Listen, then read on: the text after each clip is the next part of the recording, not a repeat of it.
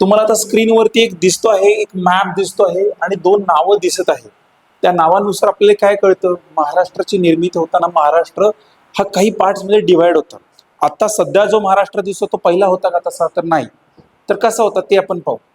तर पहिल्या सेशन्स मध्ये पहिल्या मॅपमध्ये आपल्याला काय दिसतोय, मुंबई इलाका म्हणून 1911 मध्ये होता. ह्या मुंबई इलाक्यामध्ये काय काय होते बघून घ्या. संपूर्ण त्यावेळी आत्ताचा जो गुजरात आहे तो, त्याच्यानंतर आताच्या पाकिस्तानमध्ये असणारा जो सिंध प्रांत आहे तोही या मुंबई इलाक्यामध्ये होता. त्याच्यानंतर आपली कोकण किनारपट्टी किंवा कोकण प्रशासकीय विभाग तो आहे, संपूर्ण खानदेश आहे आणि त्याच्यानंतरचा संपूर्ण आपला आत्ताच असलेला पश्चिम महाराष्ट्र. पश्चिम महाराष्ट्र म्हणजे कोण, पुणे, सातारा, सांगली, कोल्हापूर, सोलापूर. ठीक आहे. आणि खालचं कर्नाटक मधलं म्हैसूर संस्थान. हे सर्व मिळून काय झालं होतं, 1911 मध्ये होता मुंबई इलाका. ठीक आहे. मग हे पण प्रश्न तुम्हाला विचारले जाऊ शकतात, मुंबई इलाक्यामध्ये कोणते कोणते प्रांत होते.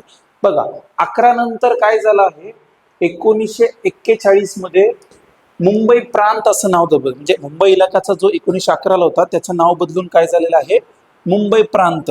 आता याच्यामध्ये काय झालंय, फक्त एक चेंज झालेला आहे. काय होतं बघा, मुंबई इलाक्यामध्ये जो सिंध प्रांत होता, ह्या मुंबई प्रांतामध्ये जो सिंध प्रांत आहे हा निघून गेलेला आहे. म्हणजे ह्या मुंबई प्रांतामध्ये काय होतं, जो संपूर्ण गुजरात आहे तसा होता, म्हैसूर संस्थान होतं, कोकण प्रशासक विभाग होता, खानदेश होता आणि आपला पश्चिम महाराष्ट्र. हे सर्व मिळून काय झालं होतं 1941 मध्ये मुंबई प्रांत. ठीक आहे. थोडं आपण डिटेलमध्ये बघितल्यानंतर तुम्हाला अजून एक मॅप वाईज सांगण्याचा प्रयत्न करतो. बघा मुंबई इलाका हा जो झोन आहे त्याला म्हणतात मुंबई इलाका. त्याच्यानंतर आपल्याला एक गोष्ट कळते, मुंबई प्रांत. बघा ह्या साईडला तुम्हाला पाकिस्तान मधला सिंध प्रांत दिसतोय, पण ह्याच मॅपमध्ये जर बघितलं मुंबई प्रांतामध्ये तुम्हाला सिंध प्रांत दिसत नाही. म्हणजे 1911 आणि 1941 म्हणजे मुंबई इलाका आणि मुंबई प्रांतामध्ये ह्यात फरक काय, तर फक्त सिंध प्रांत 1911 ला निघून गेलेला आहे.